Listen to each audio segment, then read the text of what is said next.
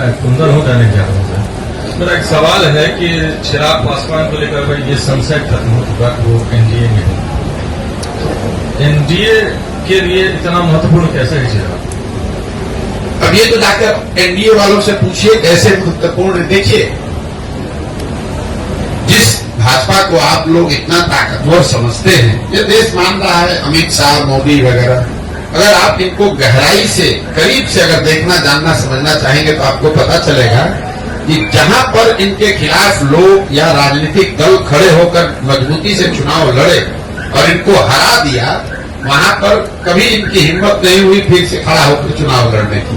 तो बिहार वो भूमि है जब 2015 में अमित शाह और मोदी अपने सारे प्रयास के बावजूद उनको सफलता नहीं मिली। और वो जो डर है, वो इतना बड़ा डर है हारने का। जब आपको ज्यादातर जगह पर आसान जीत मिलती है तो कहीं पर जब आप हार जाते हैं तो आप उससे डरते बहुत ज्यादा है। तो कहीं न कहीं भाजपा को ये डर है, भाजपा की लीडरशिप को, कि बिहार की जो राजनीतिक मैं कहूंगा पृष्ठभूमि है, यहाँ का जो सोशल फैब्रिक है, जो यहाँ समाजवाद की जड़ें हैं, वो इतनी मजबूत हैं या इतनी गहरी हैं कि भाजपा के लिए इतना आसान नहीं है कि पूरे बिहार को अपने एक मोदी के स्लोगन पर जीत लिया जाए। ऐसा उनको लगता है। सच्चाई क्या है ये तो भगवान जाने, लेकिन ऐसा उनको लगता है। इसीलिए वो इस तरह के गठबंधन, जैसे नीतीश कुमार के लिए अभी कुछ महीना पहले आकर यही अमित शाह ने मंच से खड़े होकर कहा कि बिहार की जनता, एक एक आदमी सुन लीजिए, चुनाव से पहले या बाद किसी भी हालत में नीतीश कुमार को वापस नहीं लिया जाएगा। इनके लिए भाजपा के दरवाजे हमेशा के लिए बंद। वही अमित शाह जो इतनी बड़ी बड़ी बात बोलते हैं, ये लोग दावा करते हैं हम 400 सीट जीतेंगे। नीतीश कुमार जैसा आदमी जो कि बिहार में रहने वाला साधारण राजनीतिक समझ रखने वाला आदमी भी जानता है कि नीतीश कुमार के राजनीतिक वजूद बिहार में अब कोई बहुत मजबूत नहीं है। ये उनके राजनीति का अंतिम दौर है। लेकिन अगर वो भी वापस आ रहे हैं तो भाजपा को उसको मानने, स्वीकार करने में कोई दिक्कत नहीं है।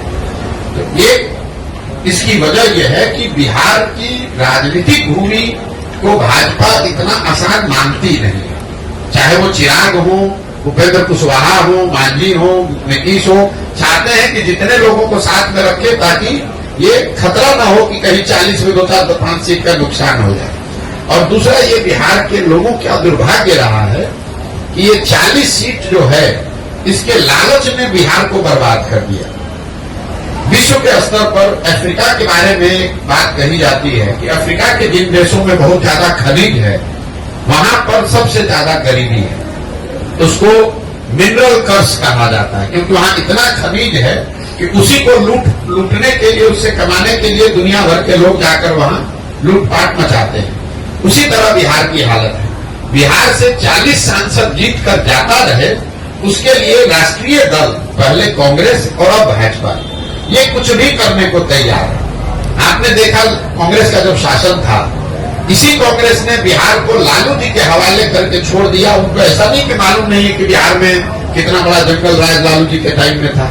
ऐसा तो नहीं मालूम है कि उनको कांग्रेस को पता नहीं था कि बिहार सबसे गरीब और पिछड़ा राज्य था। मनमोहन सिंह जी इतने बड़े कम्युनिस्ट थे, उनको ये पता नहीं था कि बिहार में कितनी परेशानी बदहाली है।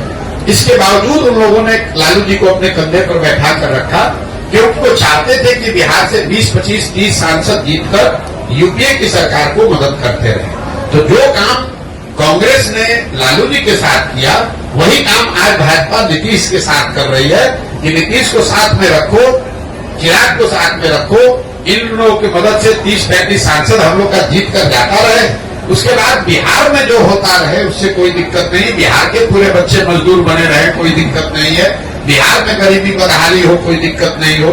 बिहार के बच्चे जब गुजरात जाए तो उसको बिहारी कहकर उसका मजाक उड़ाए, गाली दे, लेकिन बिहार से 35-40 सांसद हम लोग का जीत कर जाता रहे। ये जो सोच है, ये जो लालच है, यही इन चीजों को